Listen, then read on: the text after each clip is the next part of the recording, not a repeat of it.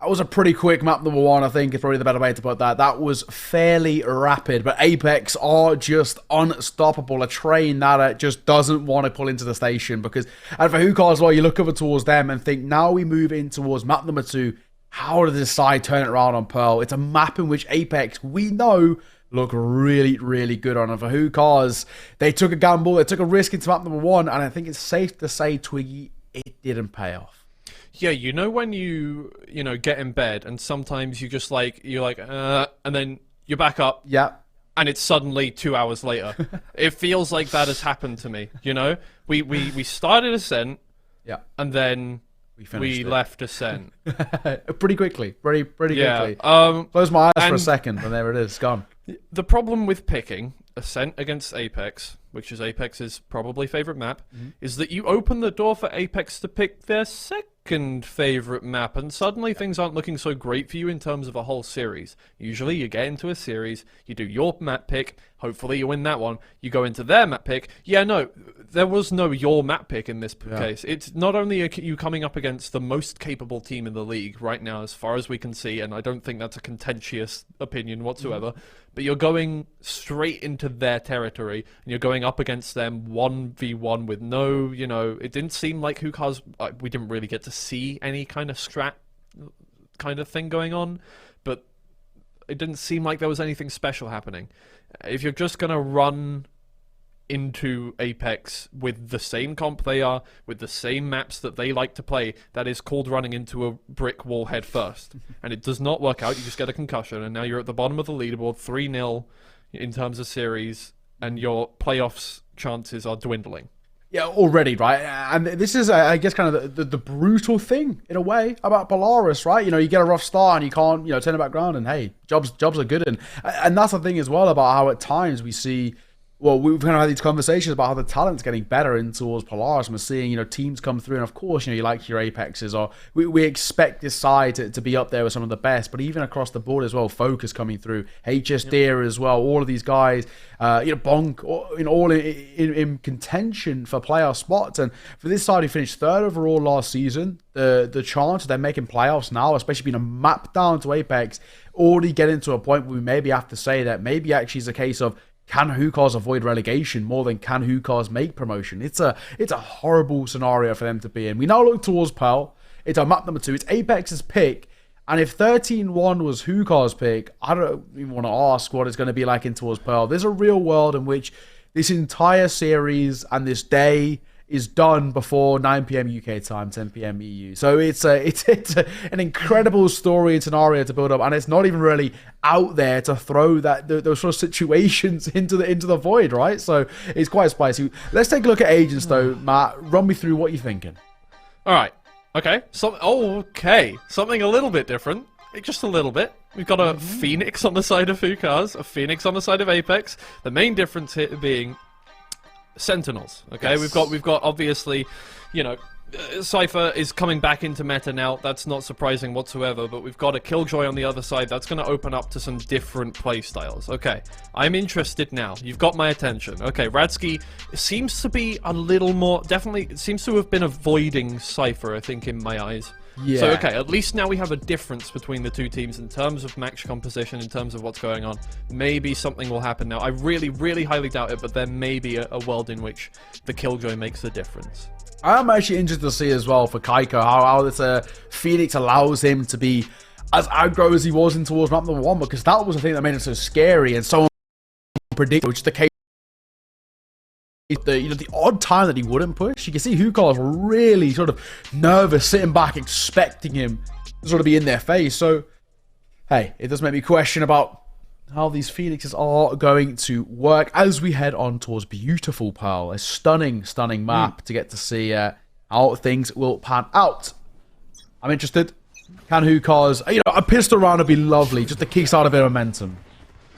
It would indeed. And they just go in on this one, but Keiko is already ready for that one. Mars takes down one. It's back and forth, back and forth, back and forth. Nobody comes out on top so far. Nobody at all. Apeks have lost a couple players, so have Hookahs. Akimbo's going to have to back all the way up into this one. Losing a controller early on in the round would not be good whatsoever. It just means that Apeks could switch things up, go back to the other side, and then suddenly you have no way of stopping them. So far, things completely even out, and Hookahs are probably pretty happy about that start.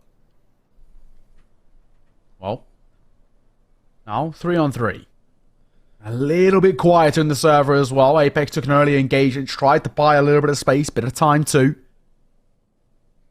The question is, what do we see coming forth as well? How do Apeks try and find some success? Obviously, they're looking the way over towards B, and they should actually get this relatively uncontested. All it really comes down to is Magnum and how he takes a fight and how he cuts off rotations. It seems like Radsky is sort of aware or expecting at the very least. Covering all angles, his turret obviously watching B main means he's free to open up his crosshairs and just look straight towards Linkit. He has been revealed now, which means that he needs to make something work with his gun. gets his first kill. They know exactly where he is now, and he does all get pushed up there. Magnum wasn't expecting him to just run at him after that Prowler came out, but there you go. Plant will go down for Enzo, and we've seen how good he can be on a pistol. After getting that spike down. That Frenzy isn't going to do too much from that range, but Enzo just gets round behind the pillar now. The spike is completely in front of him, but he's cut off from one angle there by the hot hands and Akimbo. Well, already they're doing just about as well as they did in the first map, so maybe Pearl is one of theirs. Hey, you know, like I said, right, if Hookahs can start off with a pistol, that's when we can start to see sort of success coming through and start to see maybe a little bit of momentum under their belt and in their sails a bit. You know, a spike going down is good for Apeks. I think they may be slightly, well, they simplified a situation that shouldn't have been as simple as that, right? They should have maybe put a little bit more effort into seeing how they're going to find success there, and the fact that they didn't, I think that maybe they come back to bite them just a tad. The bio towards Apeks, a little bit all over the place. We're just seeing a couple of sheriffs come through, one Marshal in the hands of Magnum, but aside from that, I don't really expect too much. Shadow is going to go for more or less a full save here. Just a classic for him to work with. So opting for Hope to pull off a full buy-in towards the next. His Master will be tagged up by the knife. So they kind of know where he is. Yep. Hookahs, they keep up the respect. They're not going to go for anything too aggressive to start things off here. They know any mistake they make is going to be punished tenfold by Apeks. So they just slow things down. They're just going to hold defaults, it looks like. Even so far as you can see there, David giving a really nice flash for Radsky to get the first peek around the corner. Magnum does get hit by that. Gives away that weapon. But once again, it's just going to be real slow from both teams. And Apeks finally decide to head towards B. The controller lurk. Something you don't see too often. In comes that null command, and they're just going to move forwards now. It's a good reveal. Radsky kind of caught under that one way. So far, really nothing. Hookahs once again are just letting them plant. They're slowing things down to a snail's pace at this point, hoping they can bring it back. But you've given Apeks now a pretty good base to work off. Keiko finds the first pick. Magnum gets a little bit greedy, I would say there. Mishu punishes that, bringing it down to a 4v3. And now Hookahs can start taking back control of the site. Round goes the flash. Try and make some space so that you can start defusing that spike there. I think it's going to come through pretty uncontested. Mishu, he feeds off that one. Akimbo finishes things off. No problem for Hookahs and Apeks. Well, I don't know. Obviously there was, you know, less chance they were winning that round, but they were lost at points there. Yeah, I think they slightly... they maybe could have seen that one off a little bit easier. I mean, granted, again, right, it's just a low buy coming through for Apeks, so we're thinking, you know, realistically, are they going to be walking around? It's pretty unlikely. And credit to Hookahs as well, quite disciplined in the way in which they retook that. Didn't really, you know, come into that one just swinging and trying to, you know, to take fights, knowing they got the better firepower. I like in which they were quite methodically piecing away where these players are going to come from, but for Apeks, maybe could have done a tad bit better as well. Credit to Mishu, he did a fantastic job with 4 kills to his name. Just like that. Already looking quite the lot better. 2-0 for Apeks. Of course, now we've got a full response. Vandals in hand. Run a util 2. How did they now play this? A Magnum going aggro. Indeed. They know now they have Vandals in hand that they can really start to put into practice the same kinds of things we were seeing last map here. Yeah. Hookahs trying to take this one back a lot quicker. Obviously, they know that they don't have the advantage in terms of economy and in terms of weaponry, so they need to bring out something a little more special. Keiko uses that ult and just runs on in, tries to get info more than anything, but, well, now they know where Keiko is hiding, and there's no way out around that corner, so Keiko now has to fight his way out, finds a headshot onto Davin, maybe a little bit lucky through the smoke, but who cares? By an inch or a mile, you've got that kill, and the hot hands right on top of the spike is going to stop them from starting that defuse and getting things going. Enzo sprays through the billboard, finds a kill onto Mast, and Akimbo has no chance whatsoever. Has to try and get out of that. Although in that position, yeah, he's just going to take the ult point and try and get an exit. Or no. Ult point is good enough. There we go. Just sort of gives up as well. Waves the white flag just a tad. Just, well, you know, what can I do? Can't escape. Yeah, that would be Enzo. Oh.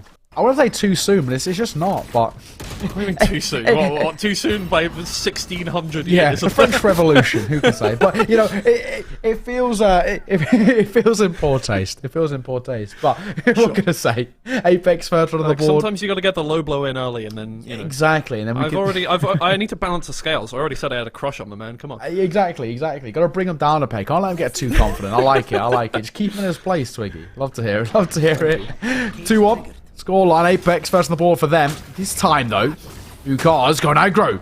Looking for a lot of that B-long control. Actually going to double back off the back of it. She's going to leave David there. They're happy just to park up. Indeed. Apeks. Still playing it a little slower than I'd expect, honestly, after, you know, how good they were last map. You would think they'll be a little more confident on this one. They're staying a little bit repressed and a little bit, well, repressed, I would say. They're staying a little bit, you know, controlled, let's put it that way.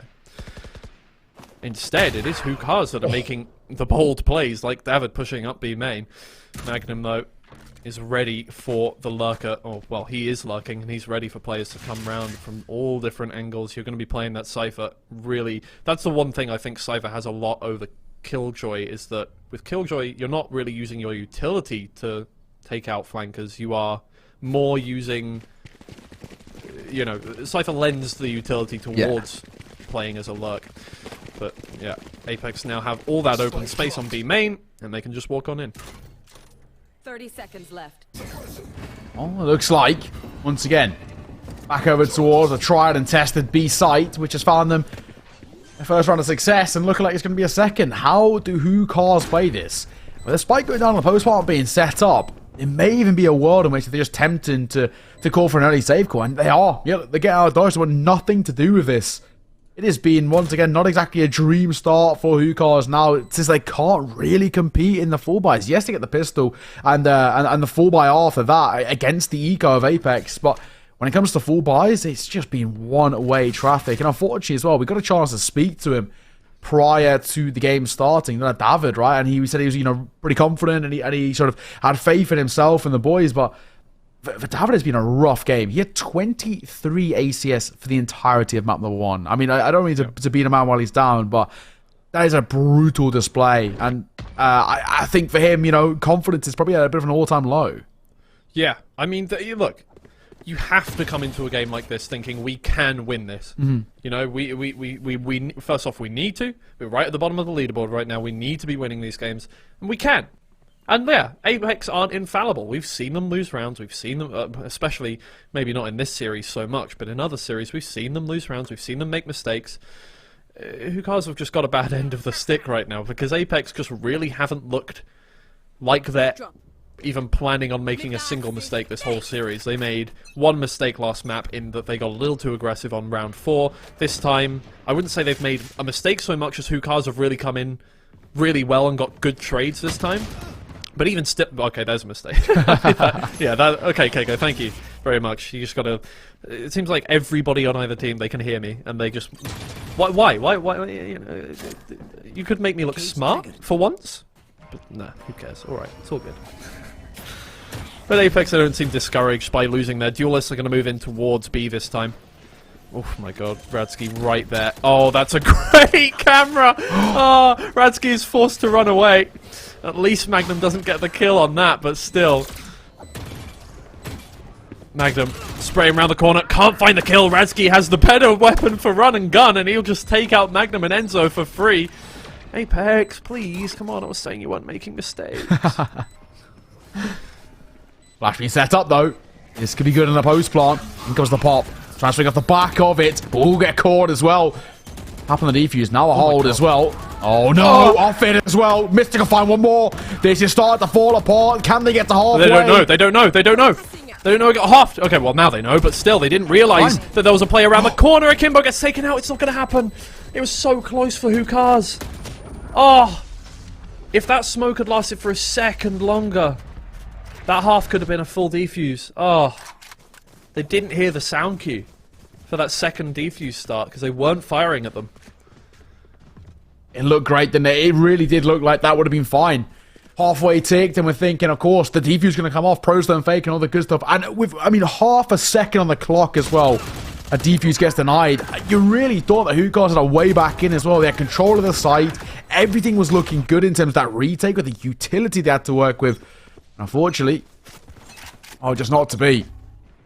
A lead taken by Apeks. Just the one round that they've got kind of arrears now. But it's enough to kind of build a little bit of confidence. You look over towards Hookahs as well, at the defender side. They need to be careful. Their long-term economy isn't exactly a dream. That's a great start by Radski. It is a really good way to open things up, getting rid of, well, the lurker, although Mystic seems to be filling that role quite often now for Apeks here. It's a really nice way to start things off. Keiko uses that ult. It's going to move on in to run it back. Does so much work to gain you some space. Enzo, in the meantime, has just taken up mid by himself. Got him so much to work with now, and it looks like Mystic has already made inroads towards B. It's going to let them in through Link. It's going to let them in through all areas of the map. Mystic winning 1v1s. There you go. Apeks, the fundamentals just a little bit better right now than Hookahs. Just gives them that edge wherever they go on the map. And Enzo is going to come around with a flank. No matter... Oh, no, wait. Do they think that that was a fake wall, or are they trying to save? I can't tell at the moment. I think they're trying to save. I think that's the idea going on here. But Enzo is hunting for these two. Akimbo is the first target. Oh, but Akimbo hits that shot. He's ready. But it doesn't look like Hookahs even have a thought in their mind about going for the spike, so at the very least Apeks have won this round. This also made me think as well about, you're looking for Apeks. Do they continue to hunt? I think it's probably the safe call, or not the safe call, the good call, is to continue looking for a hunt here. They know, or they must have a good inkling. Economy's low over towards that defender side, but even still, Hookahs are making this expensive on the way out. Akimbo, 2 to his name.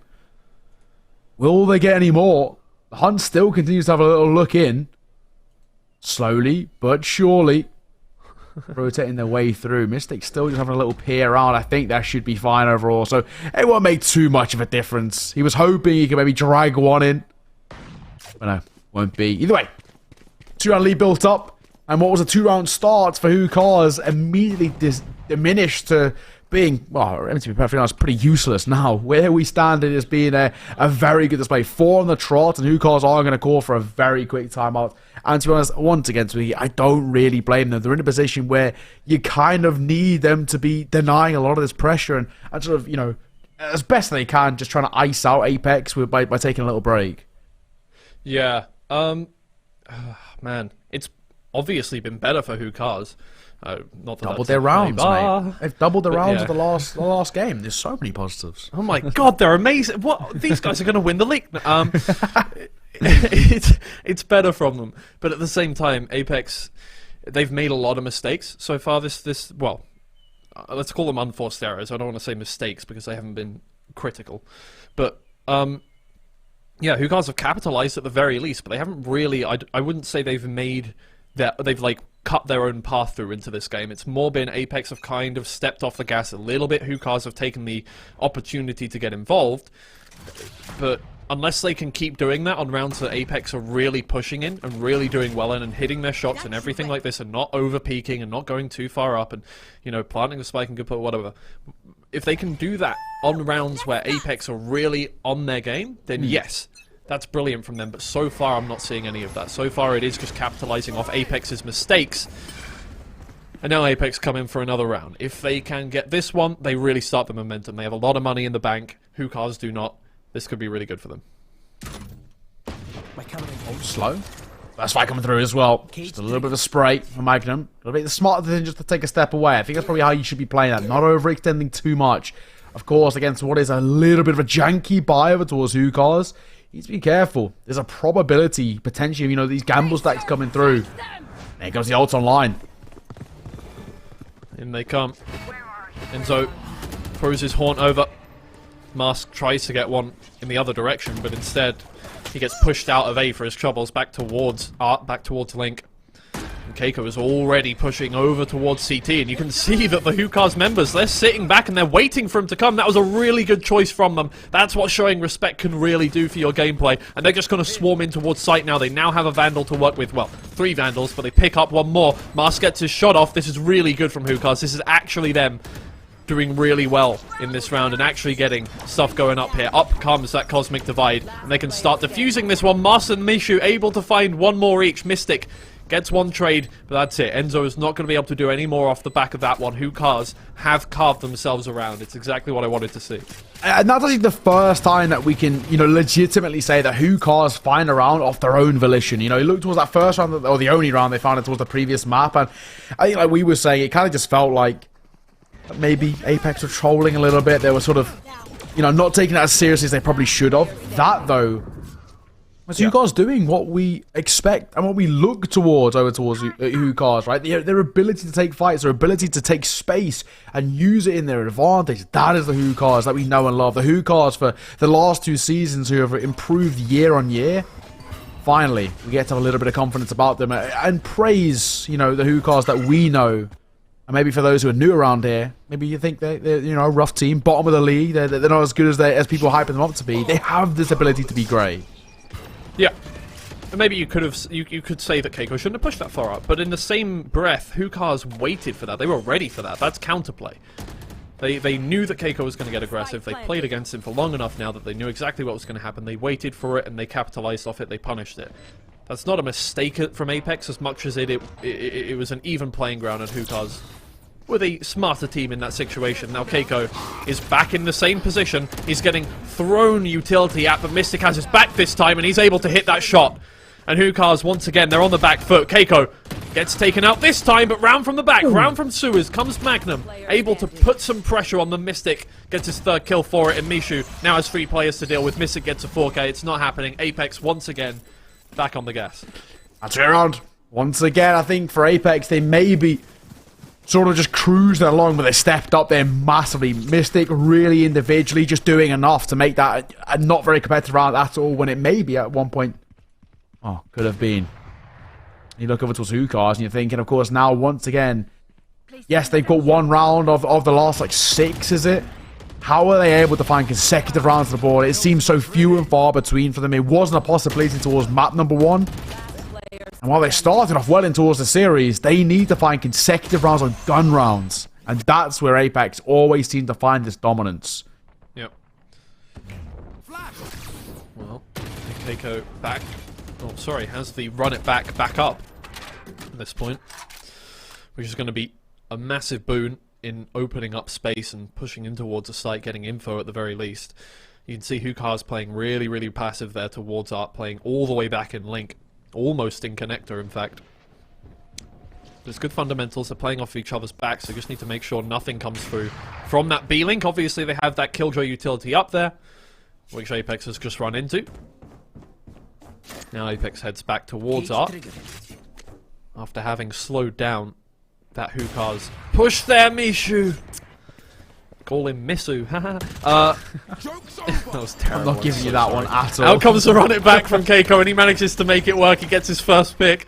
Oh, that was so... I'm so sorry. I ruined this whole round. Keiko, he moves in. Mas is around the corner waiting. He doesn't get the info on that one, so he's going to have to walk back. Mishu, can he... Oh. 30 seconds left. Yo, that's the 6th sense. Oh, my God. Oh, no. Wait. Oh, come on.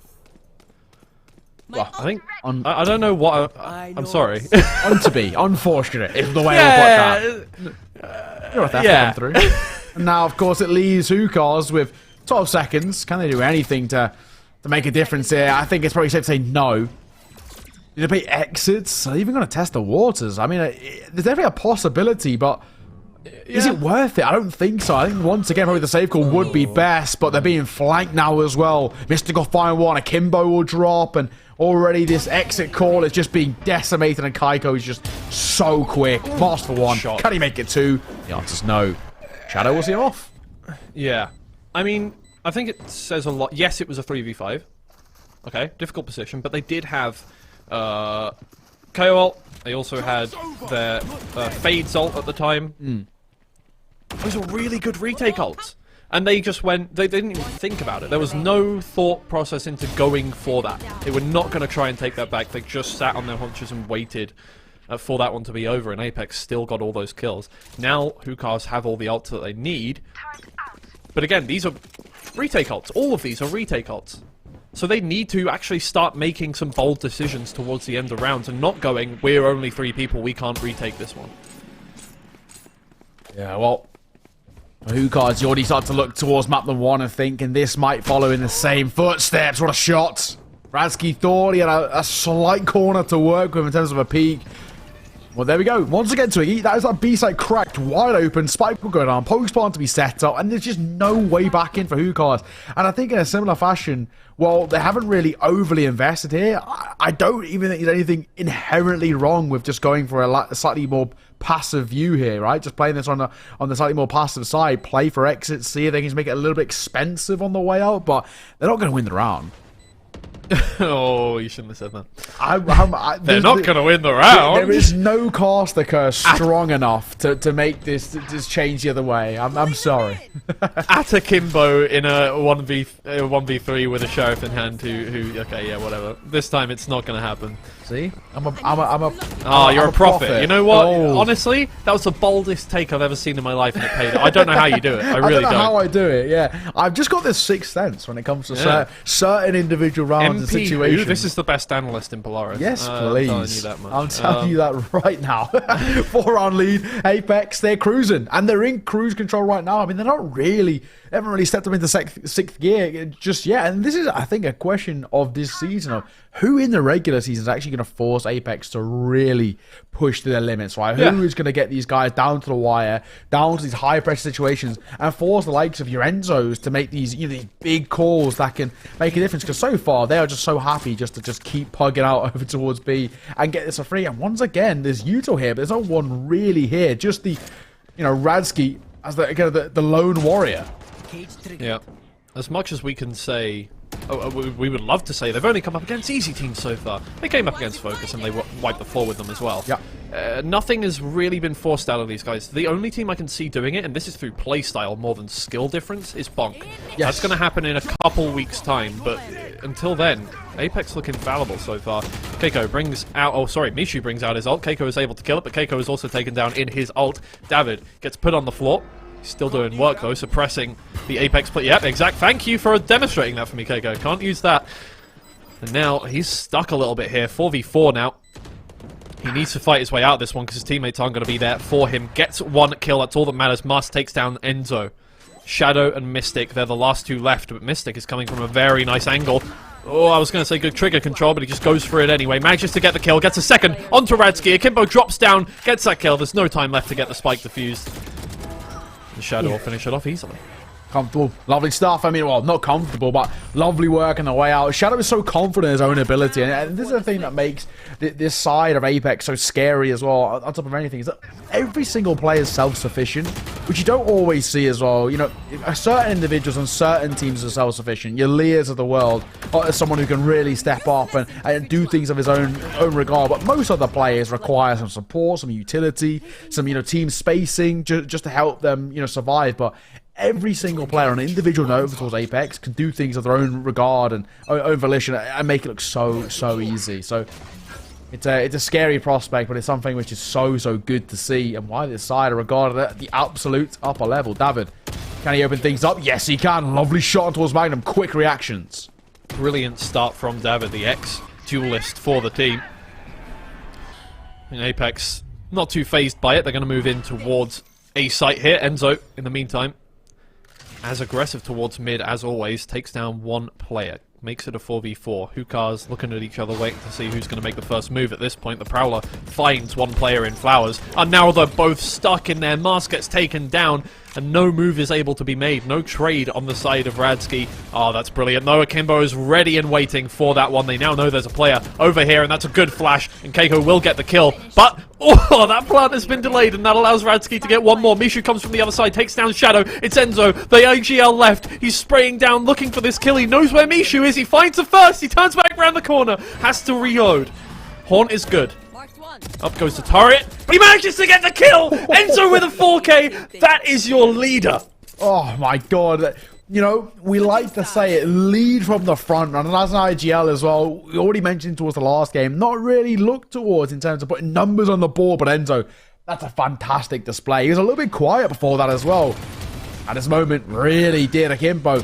Gave it his best shot.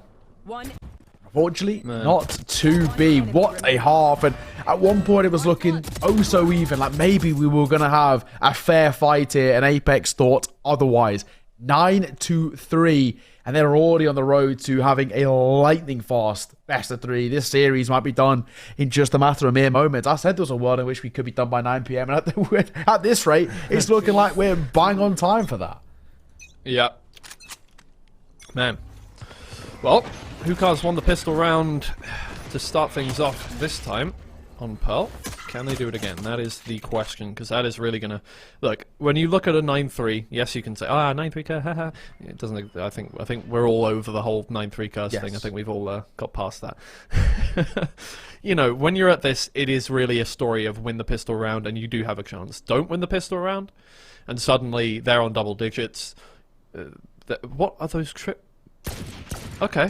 I think those are the most obvious placements of tripwires I've seen ever in any from any team. And I just haven't seen that one before. To be fair, you don't see a lot of Cypher, or at least not a lot of Cypher playing B. Usually, you'll see a Cypher playing Link. That makes sense because you don't want a flank to come through from mid. But, you know, it seems to work for them. I'm not gonna, you know, Magnum is definitely a better player than me, so I'm not gonna question it.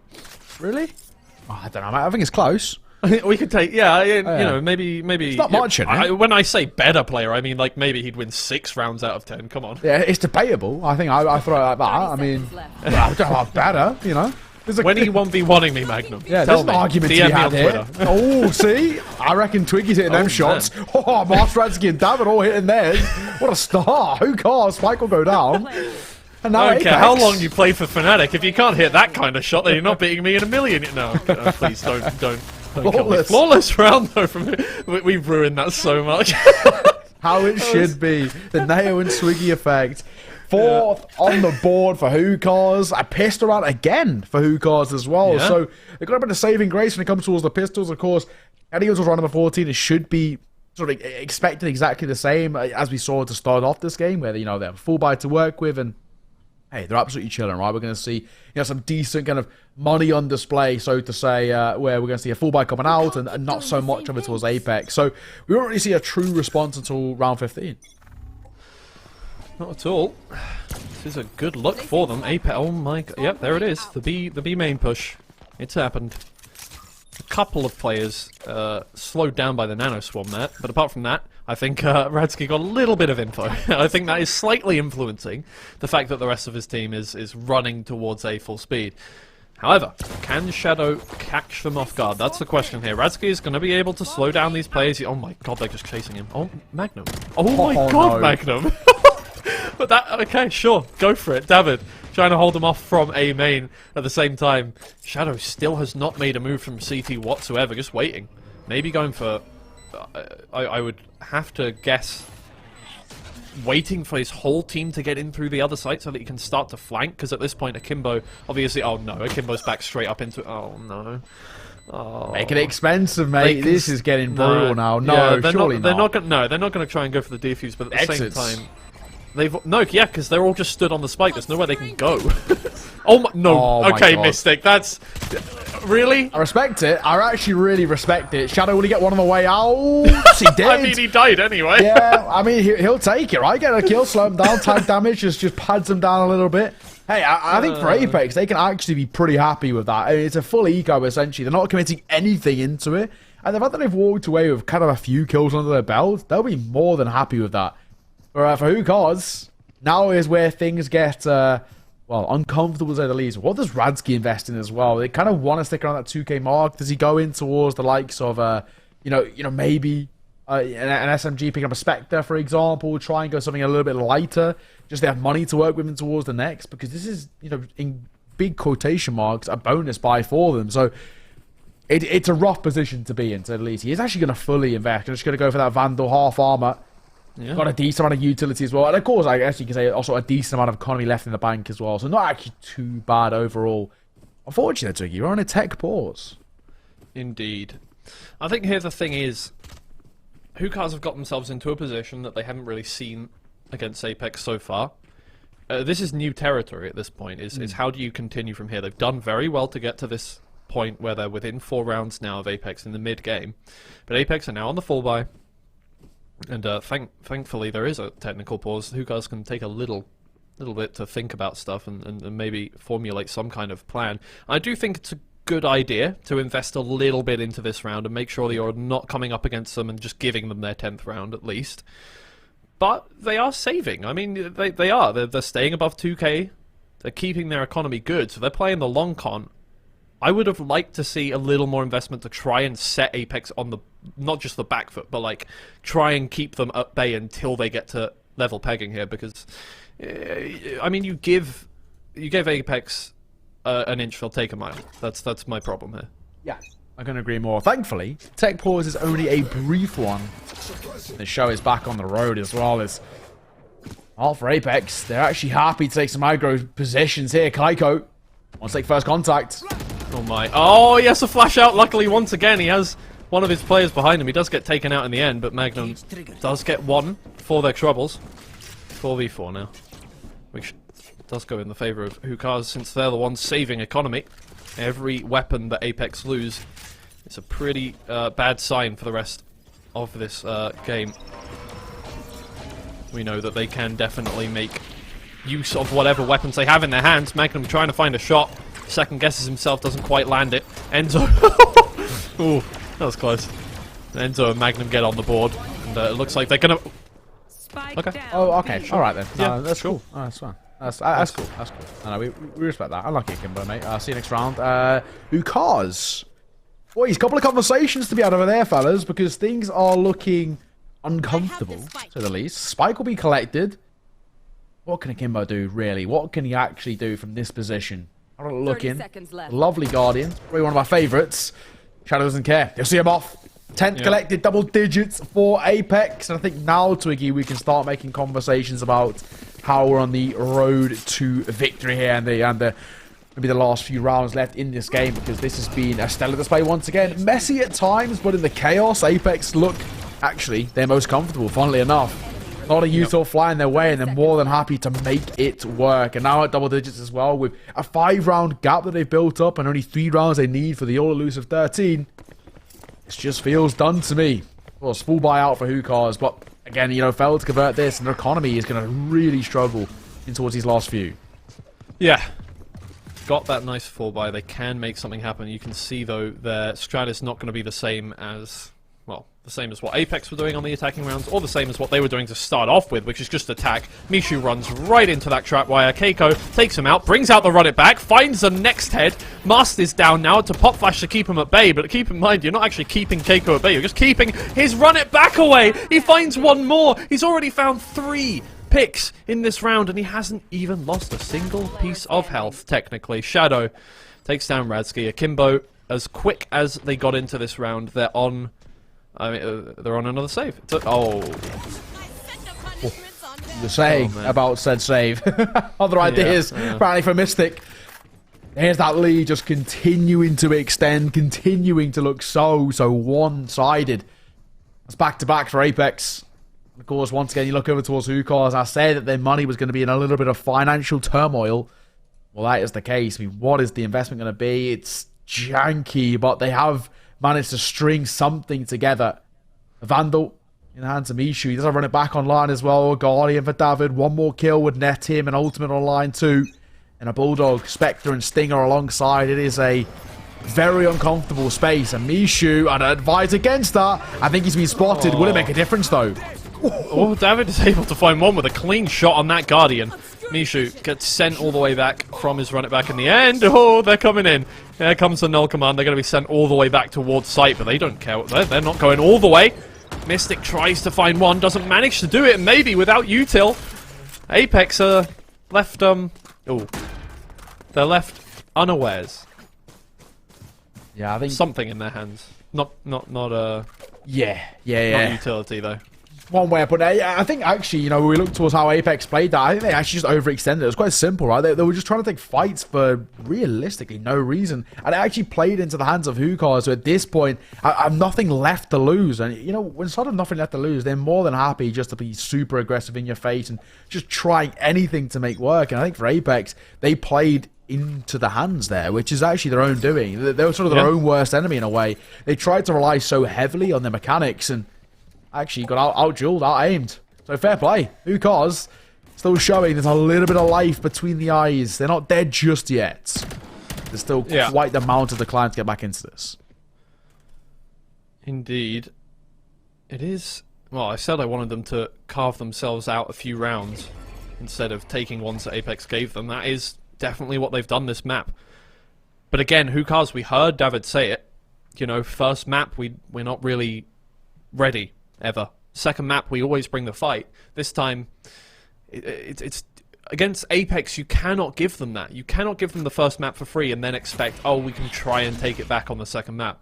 It's just not going to work like that. Yeah. You know, it's too little too late at this point. They're 5 rounds behind on Apeks. 2 rounds more for Apeks. Gives them the map, gives them the series. If there was any team they were going to come alive in the first map against, it would have had to been Apeks. And then we could have said, who cares? Definitely a contender for playoffs. Right now I'm thinking, if they carry on this form of not warming up quick enough, then there's no chance whatsoever. Hukaza get in towards sight. David takes a lot of damage. Mars takes a bit through the wall there as well, but Keiko is stuck in the corner, gets hit by that grenade. Oh no! Hukaza definitely come alive now. Akimbo finds one more. Magnum, it's all up to you. 1 versus 4. Lockdown in your face is going to make sure that you don't get onto site very quickly whatsoever. That turret is also going to keep you at bay for a little longer. I think he's ready for a flank here, and that's exactly what's going to happen. But David is going to be running straight into him. Magnum finds one more. Does he keep going for this? Does he save this weapon? He will not have enough money to buy next round if he doesn't save this. He's going for it. Oh, he's going for it. Here we go. Can Magnum bring out an ace? Can Magnum avoid the utility for long enough? It's not going to happen. He's going to have to save that Vandal. And who cares with their 7th round now? So I like the idea. Give it a little go there. See if you can find anything with it. I respect it. You know, he does burn the neural theft, so he burns it for no use. If it wasn't for the swarm grenade, it would have been all right. And on X, he gets caught as well. Slightly overextends. That will be costly. That will be costly. Looking now over towards Apeks, and Mystic can't really buy it. Actually, they are going to call for a timeout. I think this is the first time you've actually really seen Apeks look under the cosh a little bit, you know, under that pressure, which maybe a lot of other teams haven't really been able to do towards them. So I think a lot of credit has to be given towards Hukas. They're making this way more competitive than maybe most would, well, by any means, kind of, you know, you chalk up, right? This has actually been a very, very decent showing so far on the attacking side. And this is what we know can be brought here from Apeks. We know that this side, from Hukas, we know that they can do this sort of thing. Yeah. Apeks, I mean, fair play to them using a timeout here. They haven't had to so far. But Hukas are looking a little scared. And this is the thing, right? Last season, we counted Hukas out quite a lot. Yeah. At the start of games, especially once they started on defense. And then suddenly on attack, it was just a completely different story. I recall, I can't remember who they were against. I can't remember if it was Excel or whether it was... damn, I can't even remember at this point. But Hukas brought back a game from, what was it, 12-3? Something like that? Yes, yeah, they did, yeah. Got onto the attacking half. It was definitely on bind and just went absolutely insane for the last few rounds of that one. And it was that is what cemented in my mind Hukas is an incredible team to me, and it's why Apeks is so impressive to me right now. Is that Hukas not a pushover whatsoever. If Hukas can bring this one back, then that really just that says everything you need to say. Orb collected. Will they be able to do anything with it is the question. Much more slower temperament being taken it by Apeks. They're giving them the respect. And of course, it is a slightly fuller investment. A lot comes down towards Shadow. Missed shots. Issue a punish. That's space. Hukas. They're warming up. They are warming up. Imagine the scenes, mate. Imagine the scenes. This goes the full distance. Look, I've been saying it from round 1. Hukas, best team in the league. Yeah, I've been saying. You heard me. You're a big fan. No, I've heard. Yeah.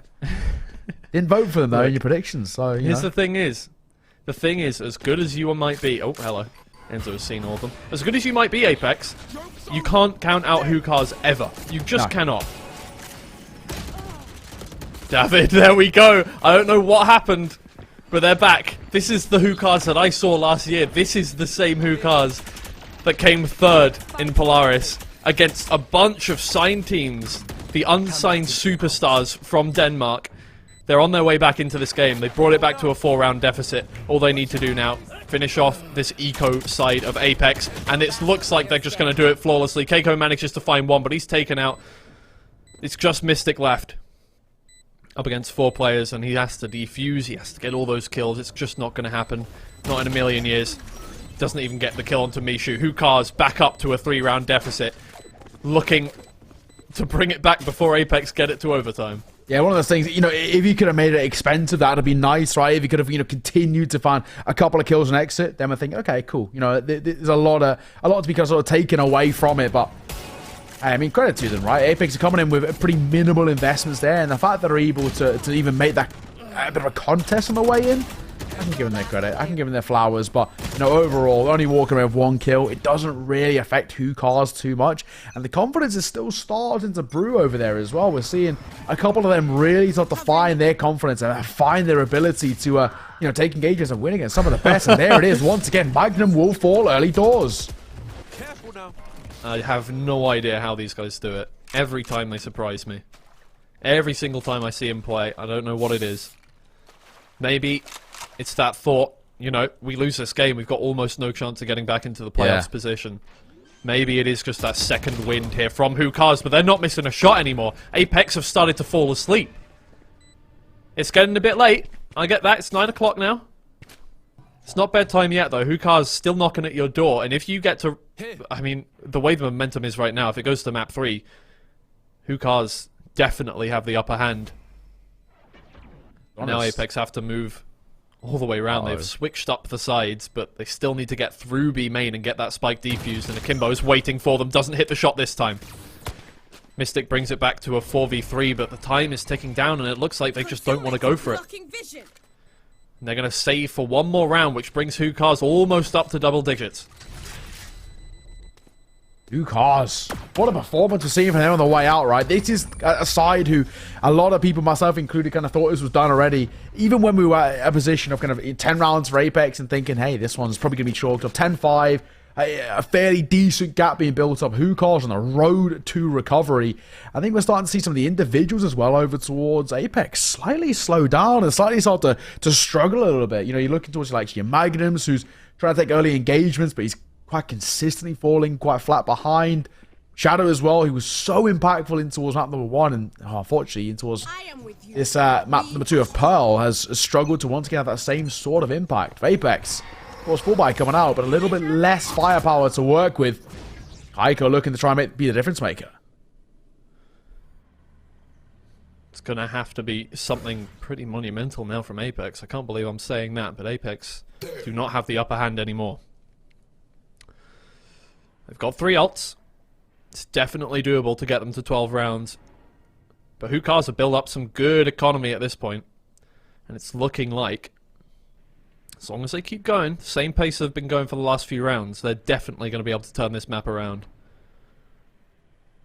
No, I don't think anybody expected this, right? I don't think this is a scenario that anybody really talked about. Keiko, setting up a flash, waiting for it on the corner, and gets suppressed.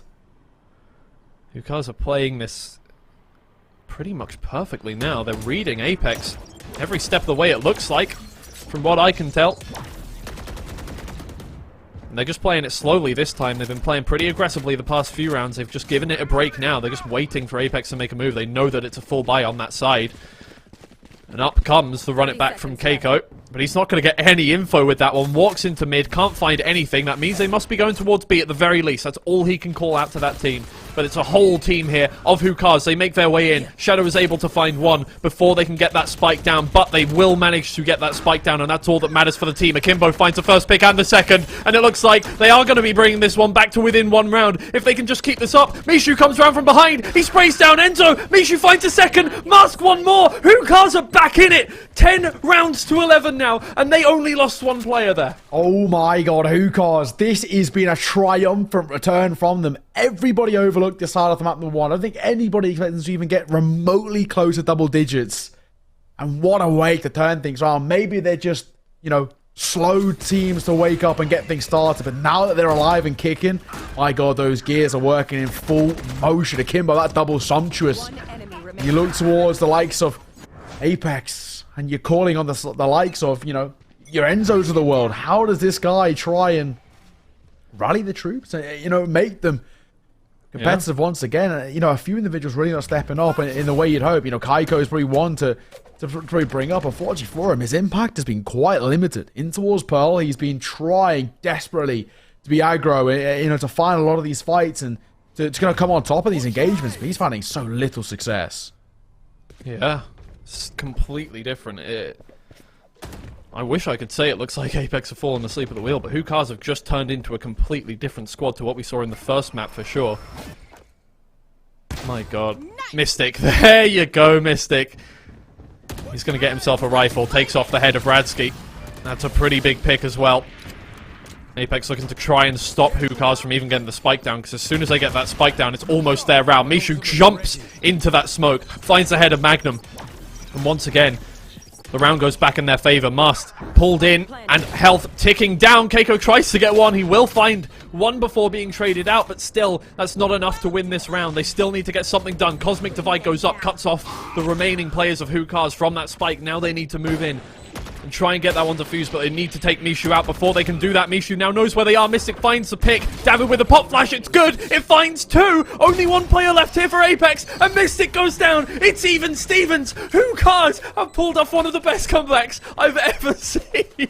And against the best team we've seen in Polaris maybe ever, too. What a turnaround. What a resurgence. Apeks, they're calling on the likes of your Enzos now. I mean, this guy needs to pull out something out of the bag, turn this back in his favor.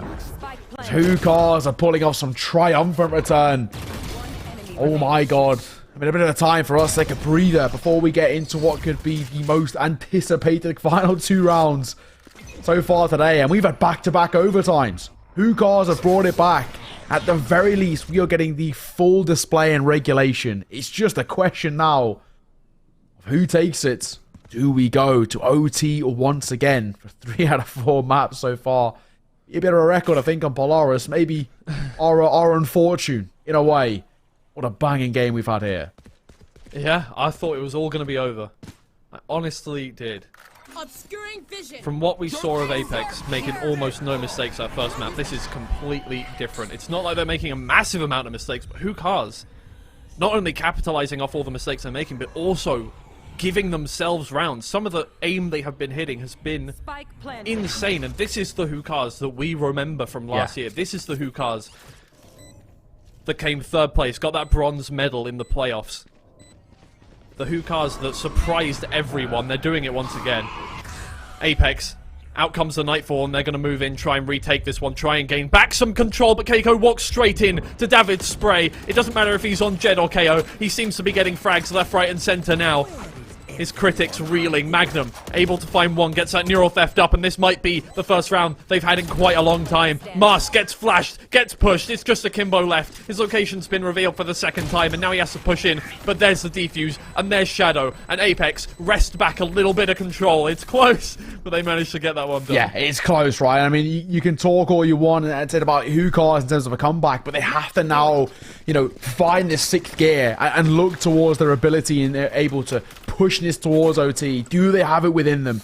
The mental fortitude, the strength, and the resilience to be able to push this towards overtime. Apeks 1 round away from taking the map, taking the series, but regardless of the result, we're always going to look back on how Hookahs have turned this game on its head and pushed arguably the best contenders for the title the full distance.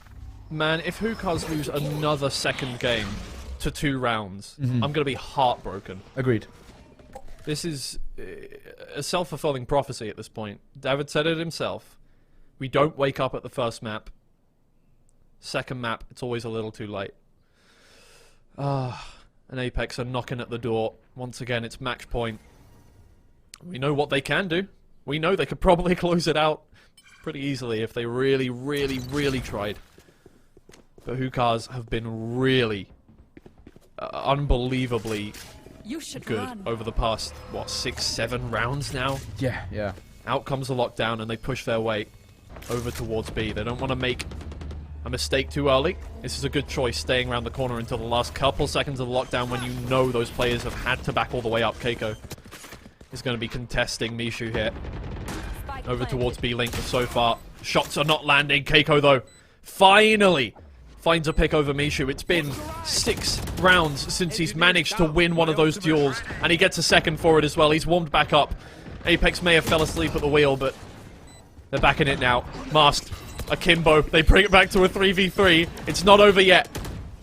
Apeks may have got that man advantage. That's not all you have to do against Hukars here. They've already got the spike down. Mask and Akimbo get on the board. It's just Mystic left. Unless he pulls out some insane heroics here. This is not going to work out. He pushes straight into Mask. 8 HP left, getting sprayed down through smoke. Time ticking down. There's no way he's getting this one defused, is there? He gets pulled away from it. Akimbo from long range with the shorty. And it's overtime. Somehow. What a story. What a game. We are going to overtime here. After 13-1 on map number 1. Everybody, myself included, you, Twiggy, we all just assumed that map number 2 of Pearl was going to be a massacre of the same regard. A whitewash. But Hukars, what a performance from them to turn things back on its head. In this second half, they have come out of nowhere and have just been steamrolling. And it's all off the back of what was a pistol round and a couple of rounds off the back of it, and then a bit of momentum midway through the second half off the back of winning out their force buys and breaking the economy over towards Apeks. See a pause call through, and well, Twiggy, I think it's probably, about time. Yeah. They needed to, pump the brakes and really try and ice out Hukars as best they can, because they allowed this side to get hot. They allowed them to get all of this kind of control, the tempo in their favor, the confidence flowing through their veins. And my God, where we stand now, what a story. And once again, right, even if this was just to end here and it was to be Apeks to see this one off, you still have to give Hukars their credit. They've been able to fight and compete with the best of the best. Yep, since the first map of the first day, we haven't seen Apeks been taken to overtime, not even close. This is unbelievable from the... I mean, look, you couldn't write this. Hukars at the bottom of the table haven't really done anything spectacular whatsoever over the past few game days. And then, against the top seed, once again, they're in overtime. Once again, they're 2 rounds away from that victory. Can they cross over that boundary this time and get themselves to map 3? That's all they need to do. And then, I don't even know what's going to happen next, because Apeks, they just don't look like the same team that they were. No, it's a sort of a... It seems like a sort of a shadow of their former selves in a way, right? This is just not Apeks as we know it, and definitely not Apeks that we saw in towards map number 1. They have been pushed the distance and are now seriously struggling. And again, you have to look back at some of their individuals as well who have been struggling to have as much impact as we would have hoped for. I mean, this has been a brutal display, but once again, looking over towards B. This time, 2 players there to meet them. Absolutely. Mishu just waiting here. He's been found, though. Oh, that Prowler. Oh, no. There's no way Mishu's getting out of that position. That's a risky place to be on overtime when you don't have your ults at all. Didn't quite work out. Maybe that's what you need against Apeks sometimes. I don't know. Apeks now 5 members up. Oh, David has to get back around that corner. Hukars. They can fight their way back in. Mars finds the first, and that is the duelist down and the spike on the ground. Mars may be able to do a little more here. 30 seconds left. Apeks fight their way back in, though, and Enzo is doing a lot of work. Mars, David, get involved.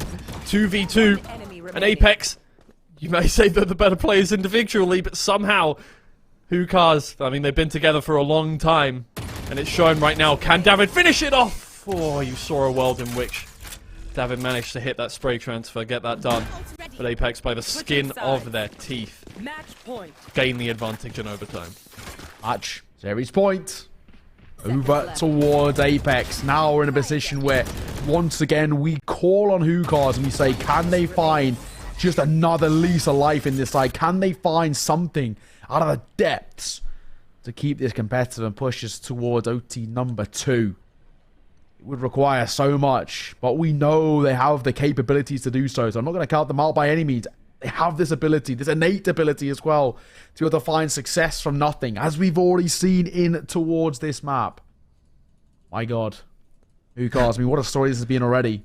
Pause to be called, and for them, an extremely difficult conversation to be had coming in towards this or potentially could be their final round of the map in the series. How do they try and find success now? And on one thing that is a slightly positive though is that their T side, we saw a lot of great work from them on their T side in regulation. Yeah. That does seem to be where they are the most efficient. Generally, as a team, it seems like, you know, their plays. They're a well-coordinated team. Yes, that is yeah. the upper hand that they have on every other team here. That they have been together since the start of 2022. And they've been doing this for as long as we can think. And all of the other teams here have not had that advantage. They don't have that upper hand over Hookahs in that they've been together for a long time. They know exactly how each other play. So as soon as Hookahs get in that... uh-oh, Magnum. Missed his first one. All good. Second one lands. As soon as they do get into that rhythm and start playing with each other and start making sure that they're getting those fundamentals down, suddenly they're a real force to be reckoned with. Because Hookahs... I mean, they're the least... somehow they're the least puggy team here. Despite the fact that other teams are signed, despite the fact that other teams, you know, they've had wealths of experience in Tier 1, Hookahs... They know each other so well that when you think they're down and out, they can bring it back. You can see it now that Apeks are really giving respect to this team and playing back, and making sure that they can try and just get something out of the start, just try and get an opening pick, a first blood for the team. All they need is to win this round and they finish off the series. It may have been close, it may have been a slog through mud, but in the end you got it done, you finished it off, get it behind you, get the next game going. No overextensions here, right? I mean, you can see how nervous they're feeling a little bit now. In comes that utility to try and start things off, and this is where Apeks bring out their straps, right? This is where they try and, you know, delve into the stat book a little bit. Oh, it's happening! It's happening! And David makes it even one more. That's where we lean on the favor of Enzo. Can he make anything work in his favor as he's all alone in a 1 versus 5? Well, this would be peak Enzo if he did manage to make it work.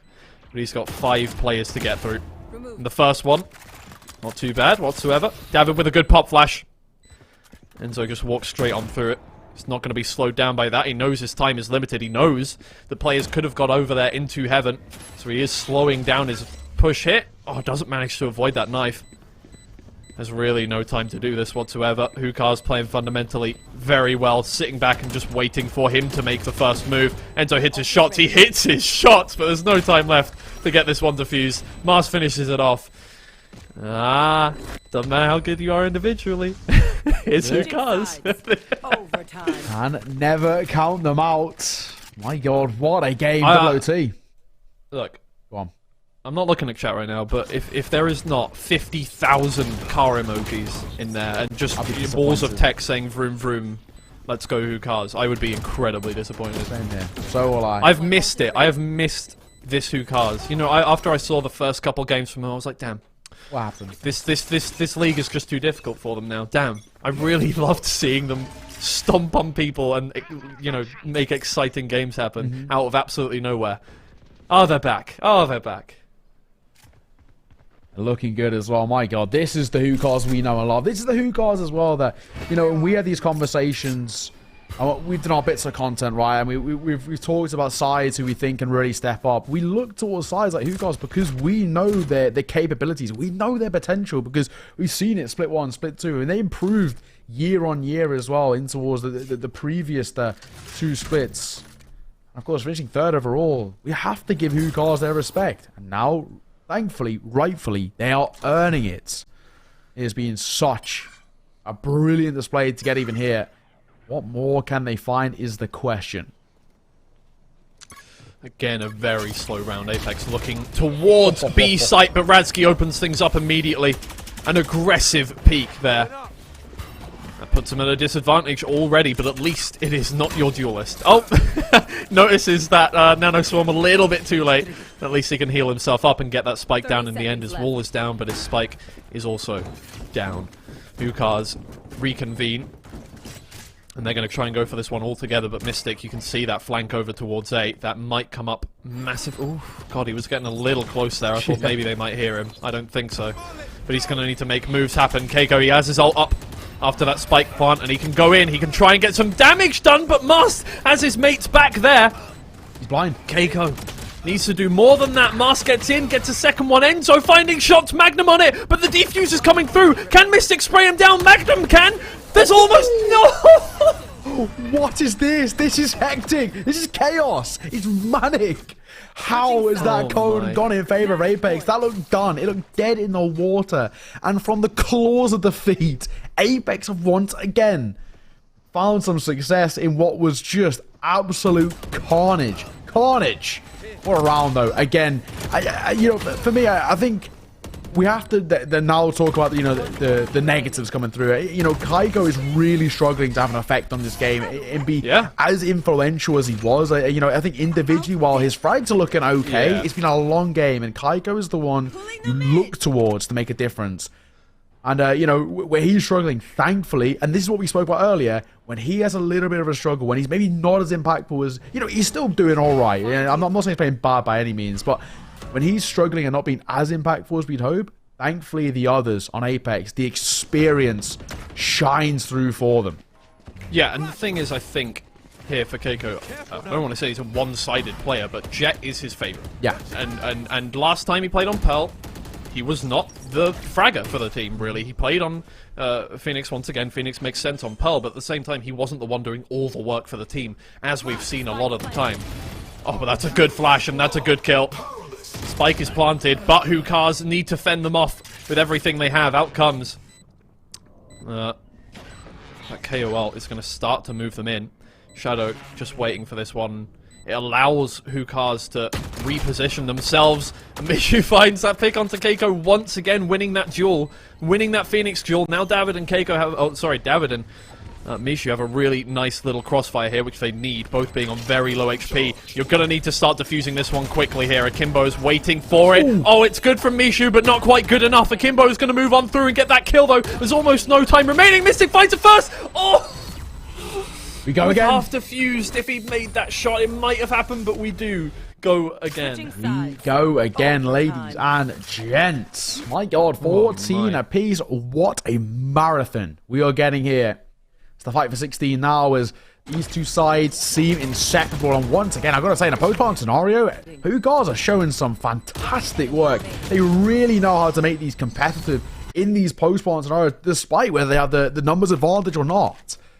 This has been an absolute banger of a game. You know, sometimes you come in towards these days and think, hey, you know, maybe this might be a little bit of a, you know, a quick day or a bit one-sided. I think, you know, innately we sort of expected that. You got top of the league versus bottom of the league. And you're thinking, this might be a quick second series and the job might be done and we can move on with our lives. But my God, no. What a game we've had so far.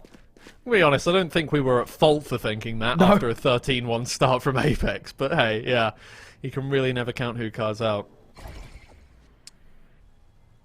We had a 4 maps getting OT as well. Twiggy, I think maybe a slight curse on us, mate. Mars will open things up.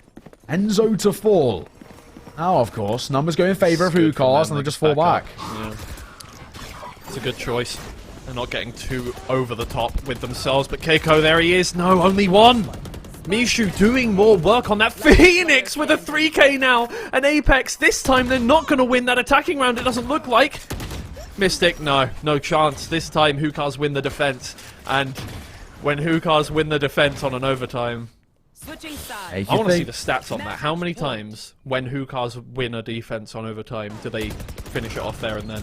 Does make you think as well now, right? Now we're in a position where, rather than what we've seen so far, where it's Apeks in that kind of, you know, advantage in their court, but then unable to close out, it's the other way. It's Apeks, the back's against the wall, and now, like we said, we've been waiting to see, when are we going to see Apeks push to their limit, push to their brink, and really find a 6th gear?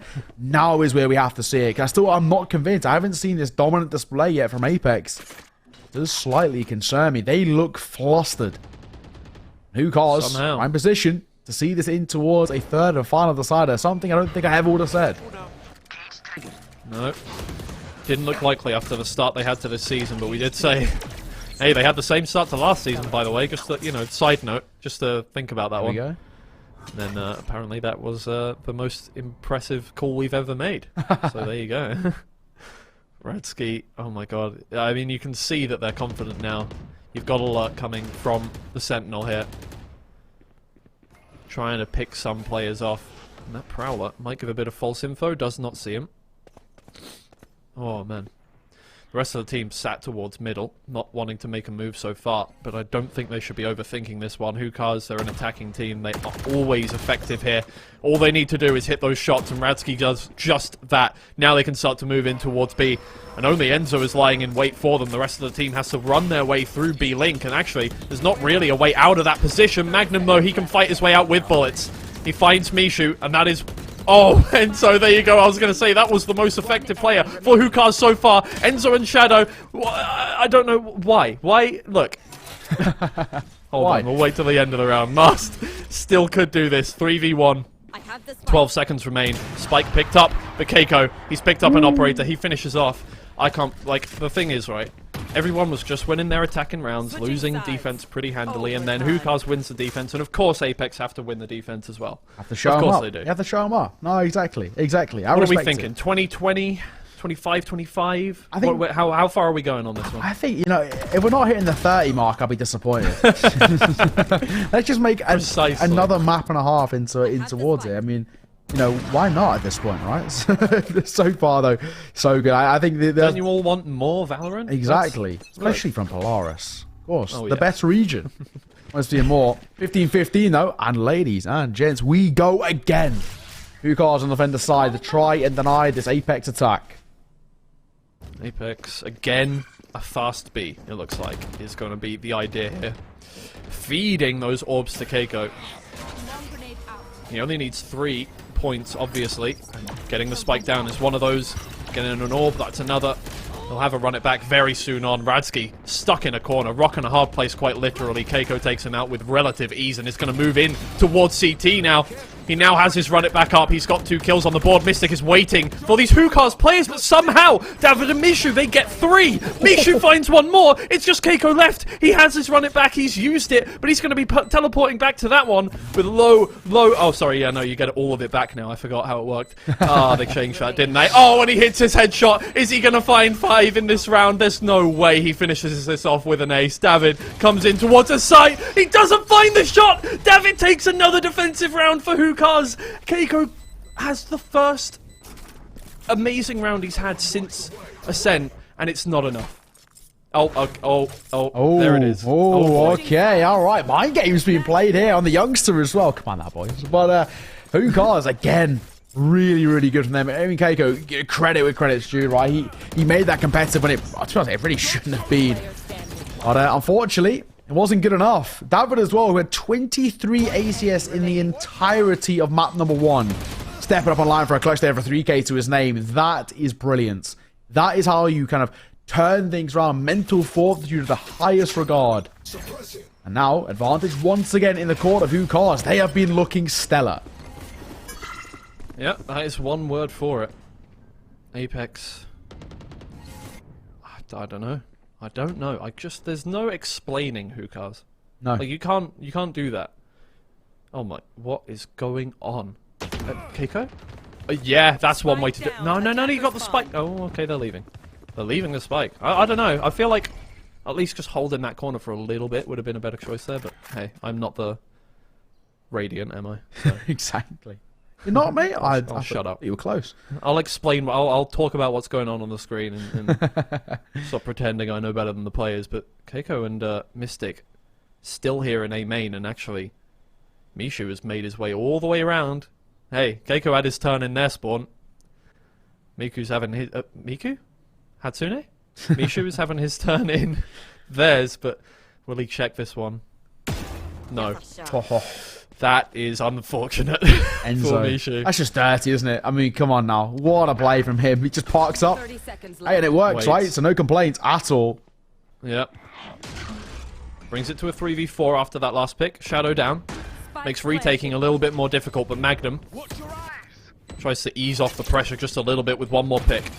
David and Masked to hold off these players. Keiko, he takes his first one. Magnum finishes it off. Apeks are taking no prisoners now. There we go. 16-16.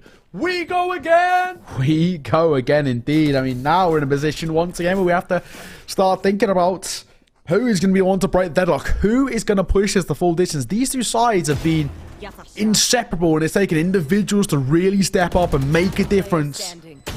My God, once again, I mean, I think that Enzo killing towards defender spawn is just bonkers, right? Again, just the kind of the foreshadowing internally to think, okay, there's a world in which they rotate back and I get a freebie, but at the same time, it's risky because I'm not supporting the team. Oh, my gosh. My gosh. 16 all. We'll take a little bit of a breather before we get back on the way. Round number 33. What a game we are getting here. Mishu wants to just go aggro. I like the call. Will it pay off? They're looking for the first. No, Magnum, other ideas. Man, every time Hookahs goes for one of those and it just doesn't work out, it's like, could there have been a better choice there? Apeks capitalize off of that. It's ballsy positioning from Hookahs and it just doesn't work for the second time in a row. You gotta think, what if they just played a little more passively there? What if they'd done something different? What if? Yeah. I suppose there's no point thinking about it. It didn't happen. And last time it happened, Hookahs still won the round, so hey, who am I to judge? But coming into this one now, a 3v5. And Apeks take it down all the way to a 0, to a crawl here. Up goes the camera. Yeah, how much info did you get out that one? Not sure, Magnum. But hey, they're waiting, they're still waiting for this. Now they start to make their move. And Hookahs waiting for them to come onto this site. Master and Razki get their first couple. Magnum and Enzo manage to get it back, but it is Apeks that come away with that round. And it is those two players that they had over Hookahs that make the difference. Fine margins once again, but advantage this time at Apeks' court for maybe the first time in a couple of rounds. It was seeming like it was relatively kind of one-sided in terms of it was always Hookahs just taking a slight advantage and then it would kind of be turned back round. Now though, now as we speak, 17-16. Apeks on towards the vendor side. Of course, Hookahs, some of their best work has been on attack, so you once again start to just beg the question of maybe once again go again. Early utility coming through. Kaiko looking for the opener, looking for the first. This is risky. I like it though. Last time he had an up out, he hit that shot. He did not this time. Mishu opens things up, and this time you've lost Keiko not just with a Vandal in hand, not just a Keiko that's been getting maybe 1 or 2 picks per round, but a Keiko with an operator that has been consistently getting lots of picks with that gun over the course of this series. But Apeks, they've made a move in towards mid. Can they catch a rotating Hookahs off guard here? That would be absolutely massive, but Hookahs are lying in wait. Magnum finds his first, but everyone is waiting for them to come around that corner and try to get trades. Enzo finds the next one. Mishu is stuck around a corner. But in the end, they do get free reign to go towards B, and it is going to have to be Apeks trying to retake on a 3v3. Maybe they can catch him on rotation. Hookahs stopped for a second, I think, to get that run it back up. And Mishu is going to push in. Shadow gets out his utility and falls to the run it back. Apeks back on the back foot. How many times am I going to say back? I don't know. But Hookahs now in a 3v2. And yeah, Enzo, he's been putting up numbers this game, but can he do it when it really matters now? No, he cannot. Mystic, 1v3 now. They don't know where he is at the very least. That could have been a free pick, but now they know exactly where he's playing from.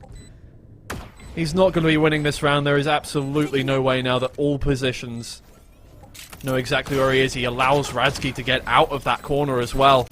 Mystic, he's going to have no time to get this defused. He doesn't find the shot. We're going... There we go again. We go again. One more time. Yeah, not done just here. My God, this game is ridiculous. These two sides in deadlock right now, and of course the rest of us, casters, spectators, in disarray. Where does this end? When are we going to see someone take the difference or be the difference? It's a ridiculous showing right now from both of these two sides. I mean, what is going on in terms of Hookahs finding this ability innately just to keep up this contest when time and time again their backs are against the wall. They just find a new lease of life. And Apeks now trying to set the tempo. Aggressive. Move towards A. Actually, there's not really too much presence here. Yeah. They haven't really gone for an A push for how many rounds on the attack? I don't know. They've been going B every single time from what I can remember. Can Keiko make an aggressive play in towards their spawn happen? This time he can. We've seen him get taken out 3 times pushing into their spawn.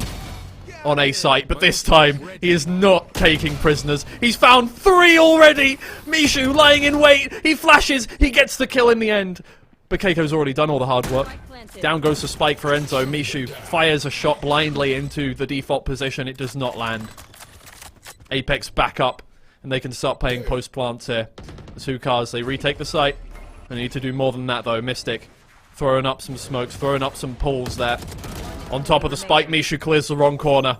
Shadow takes advantage. It's just Radsky left, a 1v3. And Shadow does not let him get that one. Apeks, a little bit of a change to their attacking strategy. Get it done pretty simply there. Can they finish it off finally? It's looking like maybe they have a little bit of kind of this renewed confidence under their belt, right? It looks like we're seeing the Apeks that was so dominant towards map number 1. But I don't know, Twiggy.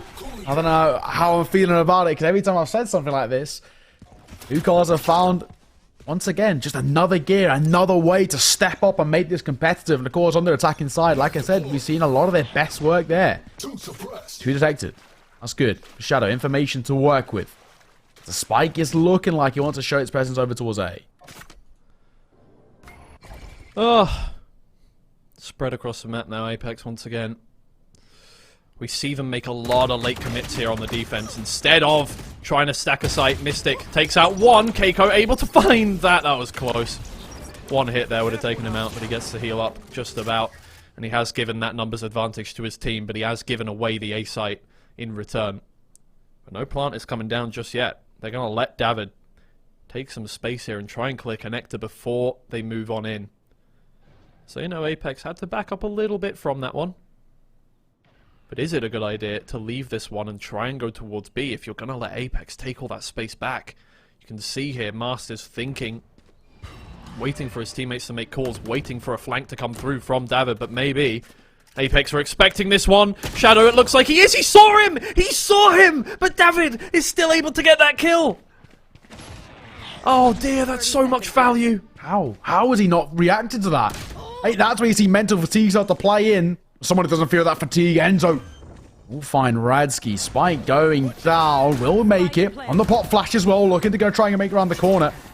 Hot hand's already being used as well, so can't force him out of that position. Mars trying to stay alive, and he will fall to Kaiko. It's gotta be it. Tucked around the corner. It's down to 1 mana, ladies and gents. After a marathon of a game, a marathon of a map number 2, enough to entirely, you know, have, you know, 2-3 maps within it. We finally say GG, congratulations to Apeks. 19-17.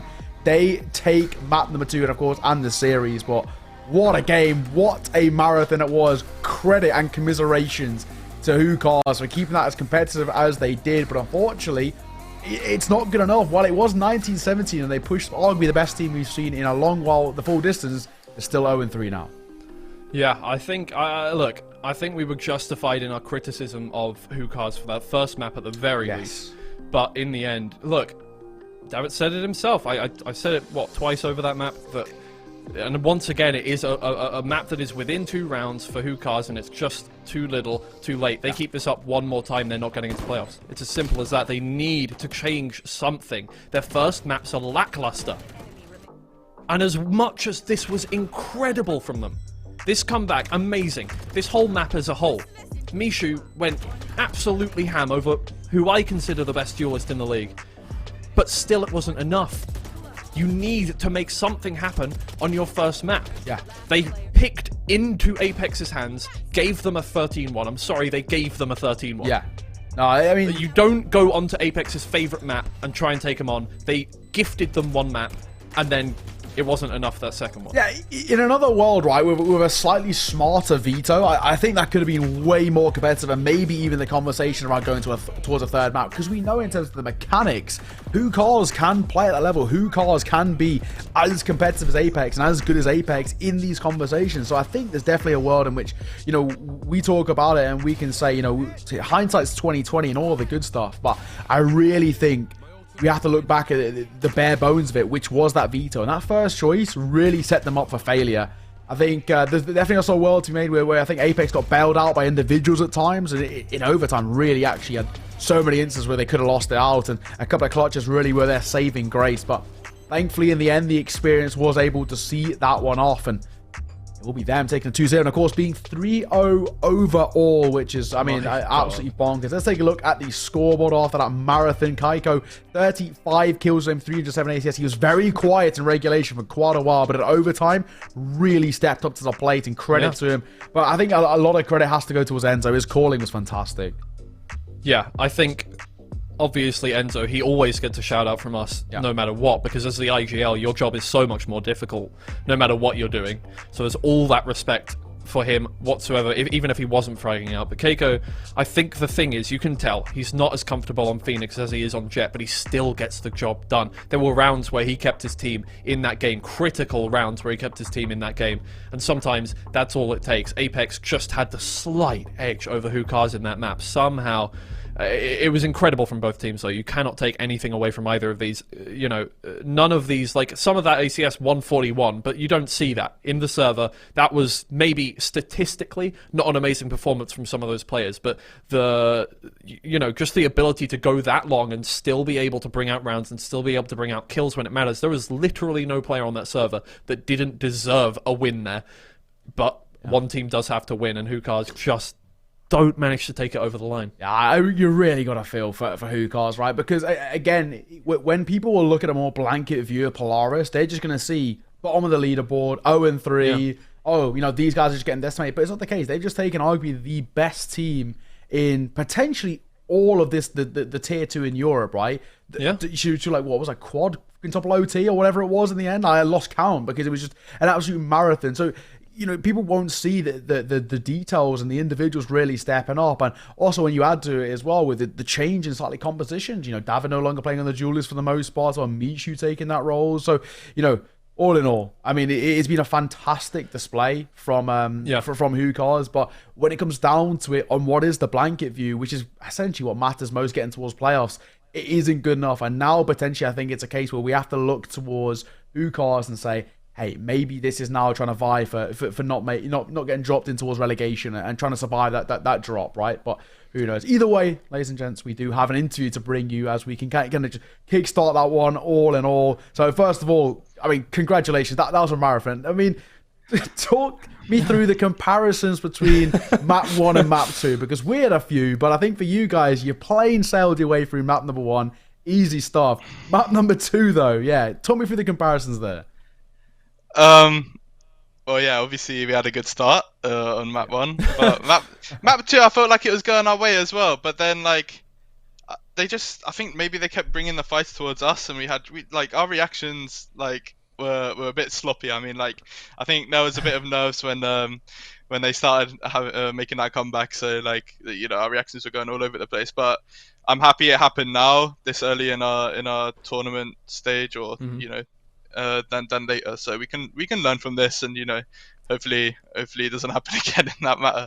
Yeah, look, I mean, trust me, I've been seeing this team do that for a year straight at this point. It still continues to surprise me. I don't know what it's like in the server. I thought I escaped. No, you never escape from Hookahs. That's never going to happen. But talk me through what your thought process was when they picked Ascent. I feel like that was you must have been celebrating in the veto on that one, surely. Yeah, so they banned Haven, and we were like, oh, okay. Yeah. That's fine for us. And then I think they picked Ascent. I mean, coming from us just beating Focus pretty strongly. It was a bit of a surprise, and we're happy to play any team on Ascent. So, to be honest, as a team, I think we were happy. And I think the veto went our way, but just our Pearl was just. I don't know. I don't think it would be that. It would be like that anymore in the future. So yeah. Okay. Yeah, a couple of teams might be looking. Hopefully, at it. Okay. Yeah. Don't take my word.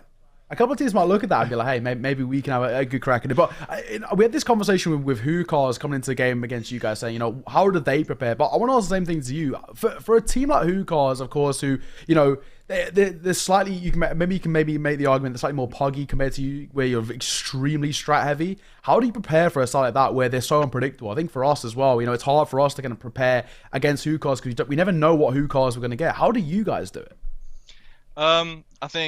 I think, you know, having these protocols in set to be prepared for the worst. I mean, like, we scrim a lot of Turkish teams because they're crazy and they're swinging and they're bringing all the fights towards us. So if we're able to be good against them, then we should be prepared for what any team brings towards us. So, I mean, when preparing for a team like this, like we obviously have a bit of material on them from the previous games that they played, and we've all our coaching staff has looked into that. But I mean, when it comes to playing a team like this, we just got to focus on our own game, really.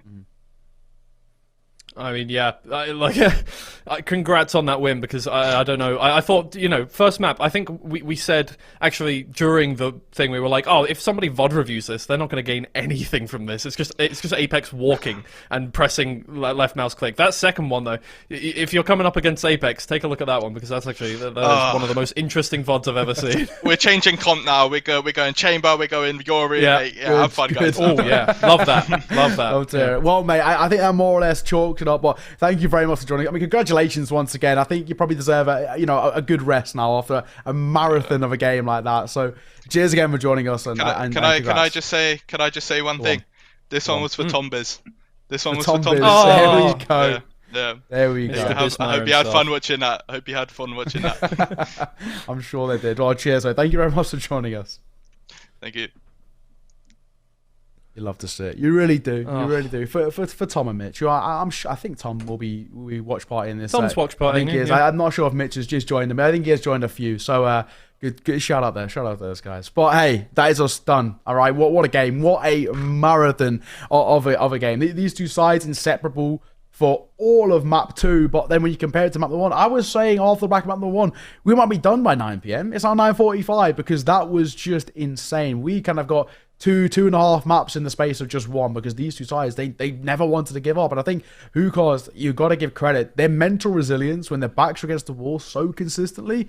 Hey man, props to them. But you know, it's unfortunately, it just wasn't quite enough to get over that last hurdle, last speed bump. Yeah, I mean, I think they are the first team that has really given Apeks a proper issue. Obviously, you know, on the first day they came up against Polaristw, and the first map they played wasn't convincing. But I mean, the first game of a league, I don't think is really, you know, indicative of a team's skill. So I think Apeks, this is actually really the first game they've had to really, really pull out all the stops and try and, you know, really push their way to the finish line. So that is going to give them something to think about. I think, though, Hookahs just made Apeks a little bit stronger, and that may not be so great for the rest of the field. Yeah, I think you're absolutely spot on. We might have the standings in a moment to kind of talk through all of that. And as you mentioned, in a more blanket view, unfortunately for Hookahs, while they did push them the distance, it's not going to make a difference to the standings. They still are rock bottom, still are sitting down there at 0-3, and well, I mean, on the other side as well, Apeks absolutely flying away now, 3-0, and I think they're now even getting to the point where they're more or less being shoo-ins for playoffs. I mean, it would take an absolute, you know, capitulation from them. They would need to crumble on all fronts for them not to make playoffs. So at this point, you know, where we stand now, things looking really good for Apeks. And I mean, maybe as predicted, but I don't think many people would have predicted them to have been pushed as far as it did. So, you know, Hookahs can take that as a, you know, a real silver lining, but it is a dark sky of them 0-3 and now fighting to avoid relegation. Yeah, I think the thing is they didn't patch up their holes in time for their most difficult game of the season. It is going to be their most difficult game of the season. Hopefully, hopefully now they're back in the game. You know, we saw the Hookahs that we expect to see there. They've got 4 more games to go. They've got 4 more teams to beat. They can still mathematically make it into playoffs, and that's all that matters at this point. But yeah, no, it may be too little too late for them. And it seems like that is really the mantra now that Hookahs are going to be screaming to themselves is too little too late, too little too late. Every single series it's been too little too late on rounds to get those maps away from other teams, and now it's been too little too late. It may just be that for the whole league for them. So Yeah. I really do wish them the best of luck in the rest of the season, though, because they're going to need it, I think. Yeah, well, let's take a look at the standings, right? We've kind of had a lot of speculation. Even the first series of the day actually did end up having, it might actually end up having longer-term implications later down the line. Of course, no surprise at all to the Apeks to go 3-0, but now you got, the Betty Buffon 2-1, HSD 2-1 as well, and it now makes things all the more spicy with Bonk, Human Tripwise, and Focus just in behind, all 0-2. So a very interesting affair as well. That HSD victory, it now means they go equal with Betty Buffon in terms of the win-loss. So overall, that fight for kind of second, third place in terms of that playoff position, and even for the top 4, is really already heating up, and we're only early doors. Yeah, it really is still all to play for. I think there have been enough upsets already so far that there's definitely going to still be something to play for even into the final few days. We're going to be seeing people fighting for that 4th place. And right now, I was feeling pretty confident with some of my, predictions in terms of where people are going to end up. I have no clue anymore. I genuinely have no clue. HSD have gone way better than I thought they would. Human Tripwise are looking way better than I thought they would. And there are teams that should, well, in my eyes, should have been near the top that are, mid-table, bottom table. For me. No, Focus one for me. I mean, let's take a look at our predictions, how they panned out at the end of the day. And I think, one guy will be sitting very happy, that of Kremer himself. The only person to predict that of HSD. So, I mean, credit where credit's due there, Kremer. You're maybe a little bit of a prophet in some ways because it ended up being fantastic. But unfortunately, the rest of us did get it right when it came towards game number 2 with Apeks. So, me and yourself, Twiggy, we're sitting on 6. We see X-Warrior ahead of the pack on 7. But aside from that, we're only just in behind, mate. We'll get there soon. I'll take that. I think now I've got the lay of the land. I think now, not getting any wrong ever again. You can quote me on that. You can quote me. I'm never getting another prediction wrong. Okay. There you go. All right. Well, there we go, ladies and gents. Twiggy's not looking at getting any predictions wrong. So if you ever want to know who's going to win a game, just see who Twiggy predicts before they start, and it'll be absolutely spot on. But it's pretty even, but it's only early doors, right? We still got some spicy games and weeks to come. But, without further ado, I mean, Twiggy, that is us done and dusted here. Our first day on Polaris, but it's the 3rd week overall. But before we go, of course, as we always have to do, ladies and gentlemen, many a social that you can go and check out to see all of the highlights, all of our predictions, stuff to do with the talent, stuff to do with the teams themselves. Go and check them out below. ValLeague_any, Instagram, Facebook, Twitter, all the same. Go and check them out. You know how it is. Of course, make sure to follow here on Twitch as well. I'm assuming that's where you're watching. I don't know where else you would be. So, give that one a follow, and then you're covered on all fronts, and you can check out all of the entertainment. But without further ado, Twiggy, I do think that is us done and dusted, mate. It's been an absolute pleasure. First time us two working together here on Polaris, and it's a pleasure to debut on such brilliant games as well. And, with that being said, we bid everybody at home a massive, massive thank you for sticking around, keeping us company, watching us, support all of the good stuff. Our wonderful production team too as well. Until tomorrow, we bid you farewell. But we're back at exactly the same time for some more amazing Valorant. So do come by, same time tomorrow, same place. For now, though, we bid you farewell.